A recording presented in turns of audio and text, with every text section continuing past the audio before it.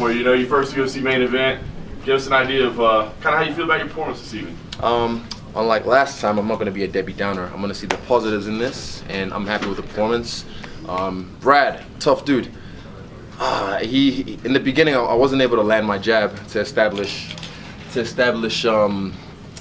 know, I got my range right, but I wanted to hit him with the jab at the beginning just to keep him busy up here. So he was able to slip it.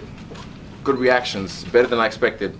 So yeah, props to him. But later on, I think from the halfway through the second round, I started landing it and then chopping the legs as well. The body I couldn't find that well. I think I hurt him with a knee, and I rocked it maybe once as well. But the body, I felt like I should have gone to the body a little bit more. But once I couldn't find it, I kind of went back to the top and the bottom. Tough dude, but yeah, we're all tough in this game, like I said. And I passed the test with flying colors all 5 rounds. Yeah, I was just going to ask because, I mean, I think there's probably 2 ways to look at it, right? Like, your critics can say, well, he didn't get the finish, he should have been finished. Whereas you could also say, I answered a lot of questions. I showed the world I can go 5 rounds. I showed the world that triangle? I can deal with wrestling. I showed the world I got. See that Kimura? See that Minari roll? The Minari, I kind of fucked that one up, though. That was my bad. But I normally land it. I was too close when I shot for it. And yeah, I'm not scared to try these things. I'm not concerned. I'll try things just for the sake. Yo, I'm not doing anything for the John Jones comparisons with that spinning elbow, though. Remember UFC 94? Stephen Bonner, yeah, I remember that. And that's where I learned it from. But that was sweet. I want to have a look at that. That was nice. I was hoping that would drop him. But Islanders, man, they're tough. Hard to drop. But yeah, I'm happy with it. I'm good. You're in such an interesting position now, right? Because you're still so young in your UFC career, but you just beat a ranked guy. So I mean, give us an idea. Where do you belong in this division? Are you already a legit contender? Are you still developing talent? I've been a legit contender before I got in this division and before I got in the UFC. I said I took my time. I didn't just jump in. We took our time because we knew we were going to jump in the deep end at some point. So we're ready to face the top 5, the top 10 straight away. And I'm proving these people wrong. But also at the same time, I'm always improving. I'm still a rising star in this game. So yeah, 3 fights, 6 months, you know? I put my foot on the gas and I've just been working. So now I'm just gonna take some R&R, let the body heal. Like, I'm still gonna keep training, get the software going, but it's like, you think about a car, like if you put your foot on the gas on a car, you're gonna blow the engine out.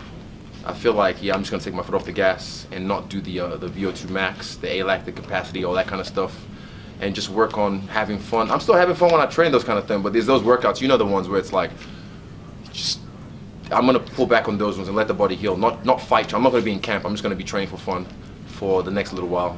Does that mean you're not calling your shot? You've been picking them all along the way. Nobody bugged you at breakfast? I'm gonna be cage side tomorrow. I'm gonna watch the premier middleweight bout, and I want to fight the winner of that. But I see those guys they're gonna beat themselves up as well. They're probably gonna even need longer to recover than I will. You know, I'm fresh. It's the pretty ones you gotta watch out for. Sounds like you had some things to say about Uriah Hall on the post-fight show on FS1. We weren't able to watch that back Bombo here, clot Uriah Hall. He's a clout chaser, like I said. So you better win this fight tomorrow, the button basher. So I don't even care about him. I don't care about. I just want to fight the best. I want to fight the guys that are ranked above me, even though I don't care about rankings, because there's opinions anyway. Even if a guy's below me and wants to fight, I'll take the fight if it makes sense. I like fighting, you know. I like this game. I can't do it forever, so right now I realize I just gotta enjoy it while I can and just relish in it, bask in it, you know, and be grateful that I'm here doing this, because eventually it's all gone. What did you say in your post-fight speech? Something about Kamaru Usman. Jimmy Smith didn't really get a follow-up there. What did you say for those who only speak English? So by blood, I'm Nigerian, and I'm from the people, the Yoruba tribe, you know. So I was speaking. Funny thing is, I used to think we had like 60 million people in Nigeria. That's a lot. And then my dad was like, no, we've got like 180 million and counting. And I kind of realized, man, that's a lot of people I haven't really they don't, like New Zealand, they know who I am now. But Nigeria doesn't really know who I am. I'm trying to like, you guys, I'm out here, I'm representing you guys. Like, look at my chest. You know, I kind of just let them know, like, I'm here. Like, don't, just take notice. Notice me, senpai. Notice me. Did you drop any C-bombs on Fox afterwards? Why is everyone making a big deal about these cunt words? Like, seriously, you Americans make it a bigger deal than it is. I don't give a fuck. I'm from New Zealand. This is just lingo. This is language. This is expression. I'm not trying to hurt anyone. You know, when I swear, when I talk like this, it's just me expressing myself. not with intent to hurt. It's just flavoring all my words.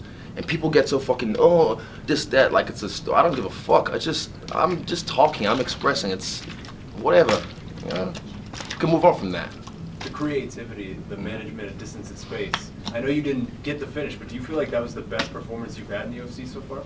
Yeah, definitely. 5 rounds, and I said, my last fight was based on the 3-round camp, and I had 2 extra rounds in my tank. This camp was based on the 5-round fight, and I had 3 extra rounds in my tank, so I could have gone another 3 rounds. And yeah, I was having fun. My last fight in the last round, I just got stuck because I was thinking too much. Like, why didn't I finish him? Before this fight, I was like, yo, I'm coming for war. I can go 5 rounds, but I just want to touch him. You know, I don't have to get the finish. It's only my 3rd fight in the UFC. I'm not, you know, people, they get too hopped up on, oh, he didn't finish the fight though, but he's got no power. In my kickboxing fights, when I started on kickboxing, it was all like, I think it was maybe when I was around maybe 20-something fights, and I had maybe 7 finishes, 8 finishes. Oh, he's too skinny. He's got no power. Yeah, man, man, man, man. And then before I knew it, I found my knees. I was like, oh, I can use these. It's better than these. I started dropping people, head kicks, knees, even body shots, punches, dropping people. And then I was just having like a run of knockouts in kickboxing. And now I've got, I think, my 29 knockouts in kickboxing. And eventually, people realize, like, shit, he can finish guys. I can't finish these guys, don't get me wrong. I just fought an Islander, a guy with a hard head, a coconut head, you know what I mean? This is the thing, like, look at this, my moose knuckle. See that? This is my regular knuckle, that's my moose knuckle. He even got fatter today because of his head. I blasted on it, like, they're tough, so yeah, credit to him. I was trying to, even Eugene said when he was slipping my jab, he said drop it lower, adjust the jab, and I did. Halfway through the 2nd round, I was jabbing him, and then eventually I cut him and all these kinds of things. But yeah, he's just a tough dude, and I know what I can do. I can do better, but like I said, I'm looking at the positives. Unlike last time, where I was like, I wish I won. Oh wait, I won. I won tonight, and I passed it in flying colors. We know your thoughts on Uriah Hall. Curious, the other side of the coin. What do you think of Paulo Costa? I saw something the other day where he said he doesn't know who I am. Boy, you know who the fuck I am now. Understand? I said that after my first fight. These guys trying to pretend like they don't know me, and they creeping all on my Instagram and shit. I don't really care. Hey, win your fight tomorrow. I'm gonna see you later on. Do you want to be the main event in your next fight, or are you looking to just? Did you like being the headliner tonight? Was that something you like? It's nice. You get a. I don't know if I can say. You get a little something extra if you're the main event. Let's just put it that way. So yeah, I like that. That was a surprise to me. I'm like, okay. I'm about to buy a house as well, so that kind of adds to that. I'm like, all right, that's nice. But yeah, I don't really care whether it's the first fight or the last fight. As long as I fight, people are gonna watch anyway. Was going 5 rounds easier than expected? Yeah. 3rd round, I kind of like just took my time to feel, see where I'm at, just chill, relax. Not a lull. I was still catching him, still won the round. I won all 5 rounds. Are we in agreement? Yeah. Yeah, I think I won all 5 rounds, you know? I'll back you up on that. Thank you. Yeah, 100%. So, and I'm still clean. But, yeah, yeah, I can do it again. Did you talk to Brad after the fight? He's a good guy. This is the game we play. Before the fight, like, look, my blood brother. We've had fight, and that's my blood. You know what I mean? And we've had fights. I told people I'd fight my grandma, but she's dead. You know? But, this is just a game we play where we have to put everything on the line, and there's no fake shit. It's like, yo, I want to fuck you up, but afterwards I respect what he did, because now we've shared something special. We were in the ring. I made him bleed. He made me work, you know, like it's something that we have. And I told him he's a tough guy. He's gonna be back. You see Bisping when he was fighting, you know, he gets there down. Now I was like, I'll see you again at some point, maybe. That's what I said to my last opponent, and he's like, oh. He said I won the fight. No, I didn't. I just said you're a tough guy. I'll see you again. You know what I mean? That's out of respect. But if you're objective enough, you'll realize that fuck, you need to work on some shit. But yeah, I talked to him. He's a good guy. You know, everyone in this game, you can't really flourish unless you have a pure heart. And yeah, aloha to Brad. How quickly do you think you can get into the title mix here? As fast as I want. I can go literally by next year. But like I said, I'm not dumb. I'm not gonna like just, oh, let me put my foot on the gas again and back in another training camp. It's not about speed. I don't give a fuck about the title. I want to be a legend in this game. The belt's just like another trinket I collect along the way, you know.